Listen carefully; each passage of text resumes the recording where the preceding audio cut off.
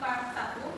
Sudah. Karena kita sudah belajar sampai di pertemuan ketiga, hari ini kita masuk pertemuan 4. Namun karena sebelum mulai pelajaran, marilah kita berdoa terlebih dahulu. Salah satu dari kalian saya mohon memenuhi harapan.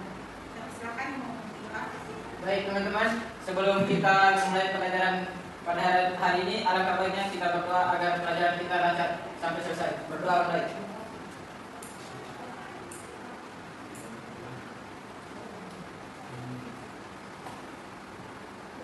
Berdoa selesai. Terima kasih untuk kalian yang sudah memimpin kita doa. Semoga doa kita terijabah oleh Allah Subhanahu wa Ta'ala. Amin. Pelajaran kita hari ini jadi pembelajaran yang bersama. Amin. Oke. Kalau kemarin di pertemuan kemarin teman-teman sudah belajar tentang gaya, hari ini kita masuk ke pertemuan yang keempat dengan materi usaha dan daya. Ya, sudah siap semua? Sudah. Kita ambil pencetakannya. Melakukan sesuatu, melakukan sesuatu yang lainnya. Kira-kira pernah berusaha untuk apa?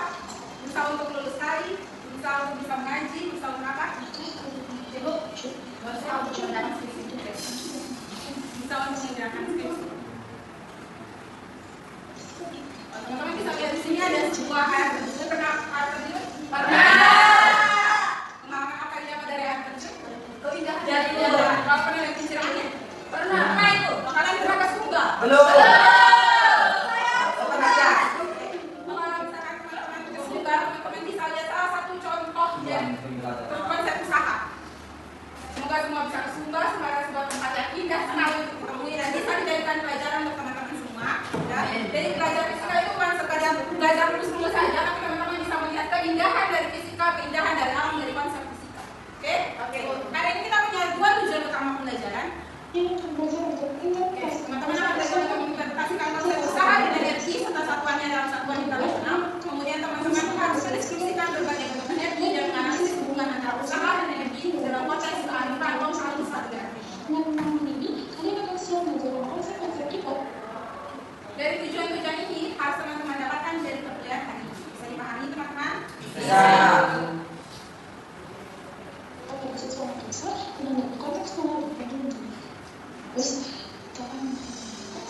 Konsep usaha langsung melihat rumus berarti sedang pusing dengan rumus-rumus ya. Kita lihat dulu ini adalah Kasola, adalah kegiatan dari salah satu kegiatan yang dilakukan oleh masyarakat Sumba Nusa Tenggara Timur, di mana dalam konteksnya ketika kuda bertarik kudanya bergerak, panahnya dilemparkan akan menjadi sebuah bentuk usaha.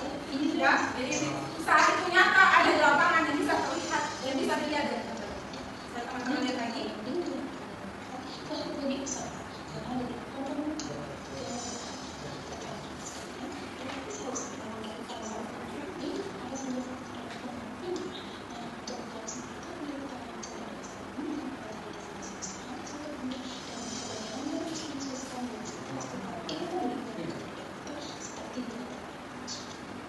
Oke, kalau misalnya teman-teman lihat kegiatan Kasola, kira-kira apa sih yang tergambar dari teman-teman? Ada kegiatan apa saja di situ? Pacu kuda, ada yang lain? Memanah. Apalagi? Ada yang orang Sumba? Kayu. Ada yang orang Sumba di sini? Oke, pernah melihat Kasola secara langsung? Keren.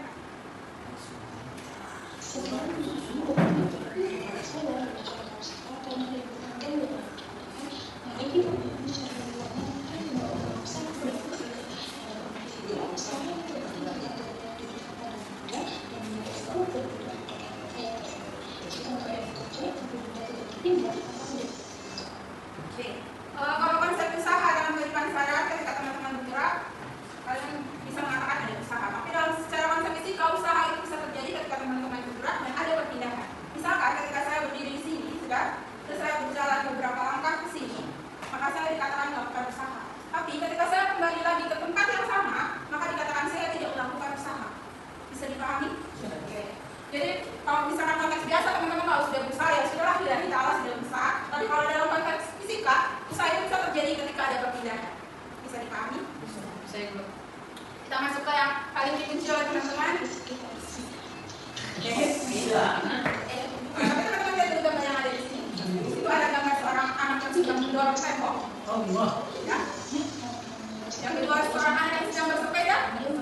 Dan yang ketiga ada kegiatan memanah. Dari ketiga gambar ini, kira-kira menurut teman-teman mana sih yang usaha, mana sih yang bukan usaha? Terus ya? Yang nomor 3 itu usaha karena perpindahan jarak dari satu tempat ke tempat lain. Oke, yang mana? Yang berikutnya ada yang mau mengungkapkan pendapat? Kira-kira dari ketiga gambar ini mana yang sah? Yang sepeda itu, karena dia bergerak untuk perpindahan dari tempat ke tempat lain. Yang mana yang gambar 1? Gambar Ini dua. gambar 1, gambar 2 dan gambar 3. Kira-kira dari sini mana yang merupakan usaha? Dan gambar 2 dan gambar 3. Gambar 2 dan gambar 3 usaha. Semua sepakat atau tidak? Sepakat. Gambar 1? Tidak. Jadi teman-teman sudah bisa memahami kegiatan sehari-hari yang merupakan usaha dan bukan usaha? Kita lanjut.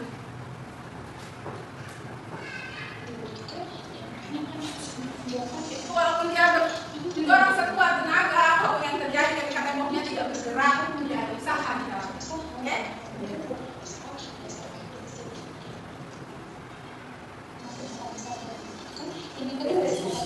Kita masuk ya, teman-teman paling benci dalam fisika dan teman suka W sama dengan F kali S, di mana W adalah usaha, S-nya adalah gaya itu yang, dan S-nya itu perpindahan. Jadi kayak misalkan tadi konsepnya teman-teman mendorong tembok, tidak ada W-nya sama dengan 0 karena memang ada gaya yang diberikan pada tembok, tapi temboknya tidak bergerak. Ya, jadi S-nya sama dengan 0. Semua yang kita katakan kan 0 ya. Iya, iya. Paham rumus ini atau ada yang bertanya tentang rumus ini? Misalnya ada yang punya biasa tarik beban atau tarik lurus. Oke, tarik beban. Oke, ini ketika kita seperti ini, bendanya bergerak, lalu kita katakan bulan kita usaha. Oke, ada jenis-jenis usaha, teman-teman. Misalkan usaha itu ada usaha yang positif, ada usaha yang negatif, dan usaha sama dengan 0. Kapan usaha itu bernilai positif? Ada yang tahu? Ibu, Kapan usaha bernilai positif? usaha dikatakan bernilai positif jika gaya yang menyebabkan perpindahan searah dengan arah perpindahan. Tadi orang menarik saja itu, atau teman-teman mendorong kursi seperti itu, ya. Dan arah gayanya searah dengan arah perpindahan. Jadi dikatakan usahanya positif. Bisa dipahami? Bisa. Yang berikutnya usaha negatif. Kira-kira ada yang tahu apa itu usaha negatif? Karena usaha yang bernilai negatif jika suatu gaya yang menyebabkan perpindahan berlawanan arah dengan arah perpindahan. Itu konsepnya ketika teman-teman mendorong di sesuatu tempat yang kasar, ya. Ketika teman-teman mendorong di tempat yang kasar ada gaya gesek. Gaya gesekan itu. Nah, gaya gesek itu berlawanan dengan arah bergerak. Jadi dia itu usahanya kita katakan usahanya itu negatif, ya. Yang berikutnya ada usaha sama dengan 0. Ada yang tahu usaha sama dengan 0? Saat ini saya berdiri seperti ini, saya dipengaruhi oleh gaya gravitasi, sudah. Gaya yang tegak lurus ke atas. Pernah dengar kata gravitasi kan? Teman-teman kita sudah belajar gaya-gaya dan gaya gravitasi. Ada gaya normal dan seterusnya. Di sini ada tidak. Dan di sini ada gaya yang pindah. Namun gayanya tegak lurus terhadap arah perpindahan, maka gayanya disebut bernilai 0. Bisa dipahami tentang jenis-jenis energi? Bisa, Ibu. Bagusan aja kan? Masih bisa tersenyum pas belajar IPA? Asik. Bisa kembali.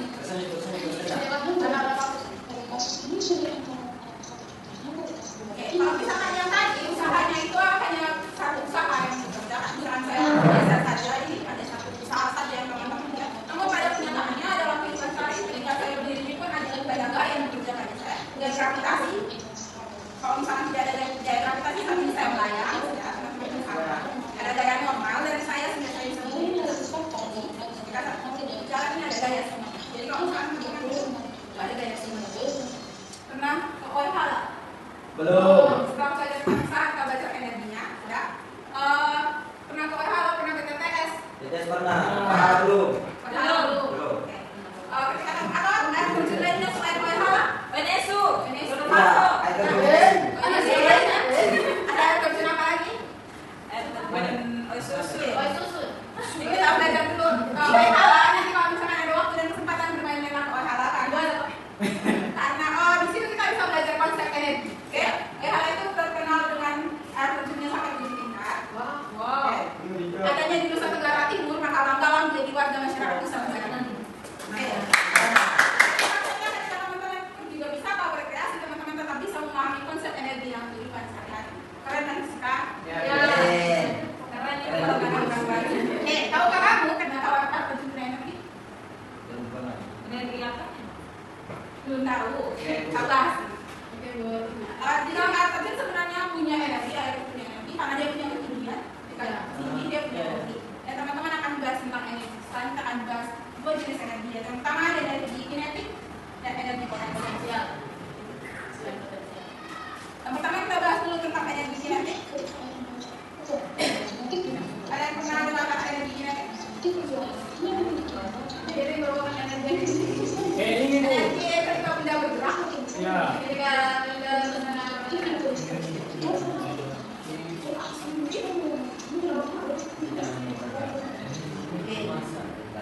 Energi kinetik adalah energi yang dimiliki oleh benda yang bergerak.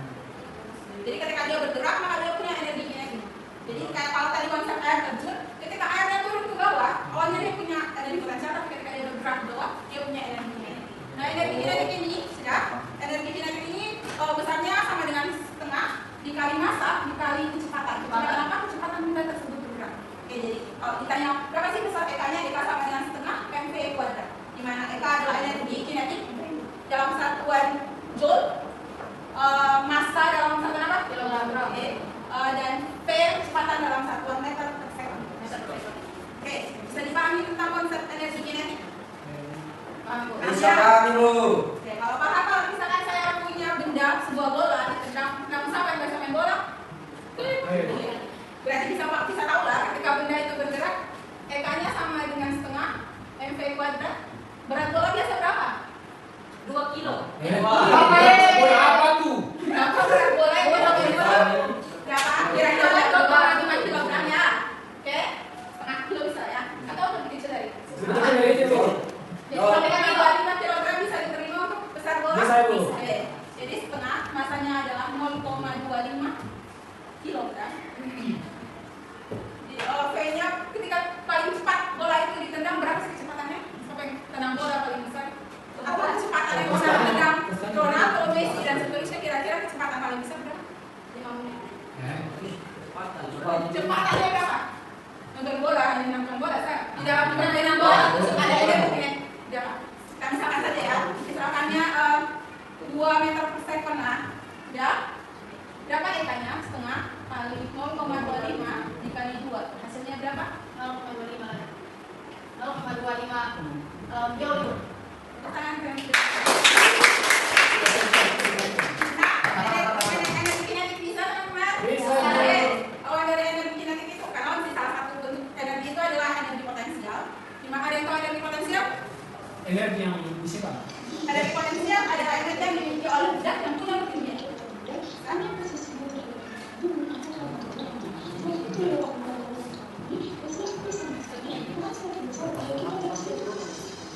Contohnya ketika teman-teman bawa hal lagi, misalkan nanti kita bawa hal teman-teman, ya. Nah, kalau misalkan jadi kalau misalkan kita bawa hal, mau kan? Selain ya, kita praktek dulu ya. Gasin. Ya, oleh hal misalkan nanti kalau misalkan teman-teman berdiri di, karena tadi tingkatannya ada 7, ketika teman-teman berdiri di tingkatan yang kedua, ya, energi potensialnya jauh lebih kecil dibanding teman-teman berada di tingkatan yang kelima. Ini air kita bahas tentang air, ya. Jadi air yang ada di tingkatan yang kedua itu besarnya jauh lebih kecil dibanding yang tingkatan yang 4, 5, 6 sampai 7. Karena konsepnya EP sama dengan MBH, ada massa, ada gaya gravitasi dan ketinggian. Jadi semakin tinggi, kalau misalnya teman-teman tidak ada yang berencana bunuh diri kan? Kalau ini EP itu sama dengan MGH, jadi kalau misalnya teman-teman berada di lantai yang sangat tinggi, ketika jatuh dan potensialnya turun ke bawah itu sangat besar, bisa berakibat fatal, tapi tidak ada yang bunuh diri. Kalau masih stay dengan ini adalah dua bentuk energi yang akan kita bahas lagi di materi yang berikutnya tentang hukum kekekalan energi. Selain energi potensial, energi potensial yang seperti ini kita lebih lazim disebut sebagai energi potensial gravitasi. Ada 2 jenis energi potensial lainnya, yaitu energi potensial tegas dan energi potensial listrik. Nah, yang ini akan kita pelajari pada pelajari lebih lanjut pada materi-materi yang lebih berkaitan lagi sama mereka, karena kedua hal ini ada materi yang lebih khusus lagi. Pernah lihat pohon ini? Pernah. Iya. Di daerah kalian disebut pohon apa? Ada yang disebut Ya, pernah, Bu. sultan. Buah sultan. Ada lagi? Sawoa. Di depan jalan kamu ada kan pohonnya ya? Nah, kalau misalkan teman-teman lihat saja pohon itu, sebenarnya pohon itu bisa kita pakai untuk belajar fisika, khususnya untuk kekekalan energi. Nah, pohon yang kayak akan manfaat ini biasa dibuat apa saja pohon motor ini? Pernah lihat kopi bilang punyanya kopi? Pernah makan gula tempe? Pernah minum gula air? Nah, itu semua adalah bagian dari khasiat dari tuak atau sawoa atau lontar yang bisa juga kita gunakan untuk belajar fisika. Bagaimana cara membahasnya? Mari kita bahas.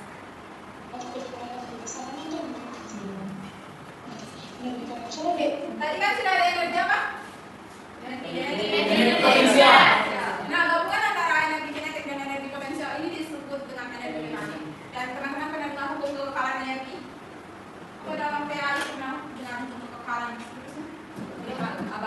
abadi dunia bata.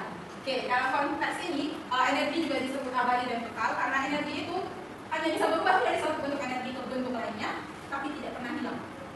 Bisa dipahami? Jadi konteksnya kalau misalkan teman-teman gas air terjun, ya, ketika airnya ada di atas dan dia tidak bergerak, dia punya energi potensial. Namun ketika dia bergerak ke bawah, dia punya energi kinetik yang bertambah seiring dengan berkurangnya energi potensial. Jadi kalau misalkan di atas ini energi potensialnya maksimum, ke bawah sini energi potensialnya minimum. Bisa? Bisa.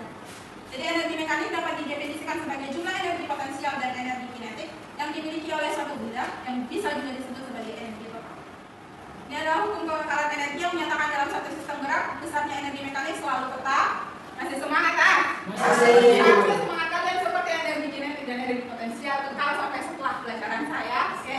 Energi mekanik menyatakan bahwa suatu sistem gerak besar energinya selalu tetap dan konstan, tapi dia berubah dari satu bentuk ke bentuk lainnya. Bisa dipahami ya? Rumus yang digunakan adalah RM sama dengan ada yang memperhatikan ini adalah perubahan bentuk energi dan energi apa? Energi apa?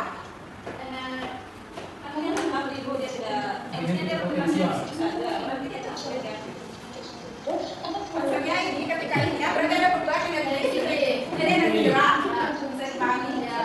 Jadi dia energi listrik itu awalnya energi listrik, energinya tetap aja tapi dia berubah jadi energi gerak.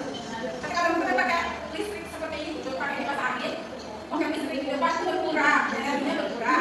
Pindahnya ke energi gerak yang gerakan karena ada angin yang bisa membayangkan listrik. Nah konsep itu berangkat. Akhir dari materi kita hari ini. Semoga materi hari ini bermanfaat. Kalau teman-teman bisa mengajarkan materi usaha dan energi ke adik-adik madrasah lainnya dengan PKL dan PKL dan bisa mengambil berbagai manfaat dari belajar usaha. Kira-kira ada yang mau menarik kesimpulan dari kuliah kita hari ini? Ada kesan-kesan terhadap kuliah hari ini? Seberapa bermakna kuliah hari ini? Bermakna apa? Kita bisa mengetahui bahwa dari semua perkara itu ada gaya dan usaha dan energi. Jadi setelah ini teman-teman harus tetap berusaha mencapai nilai yang baik, dapat nilai belajar fisika dengan jauh lebih baik. Setelah pertemuan ini kita akan masuk ke pertemuan berikutnya yang mengajarkan tentang dan cahaya. Bisa dipahami? Bisa. Tidak ada pertanyaan? Tidak, Ibu. Tidak ada pertanyaan. Setelah ini saya akan memberikan tugas ke kalian. Siap, Saya Ibu. akan membacakan tugasnya. Kesimpulan dari kuliah hari ini adalah setiap hal yang kita lakukan di lingkungan setiap hari di depan sana ada kaitannya dengan IPA, ada kaitannya dengan usaha dan energi. Usaha itu sama dengan S kali S, di mana usaha itu dipengaruhi oleh gaya yang bekerja dan harus ada energi. Energi itu kekal, hanya berubah dari satu bentuk energi ke bentuk energi lain. Oke, kalau tidak ada pertanyaan, tugasnya silakan dikumpulkan di depan. Kita akhiri. Assalamualaikum warahmatullahi wabarakatuh. Waalaikumsalam.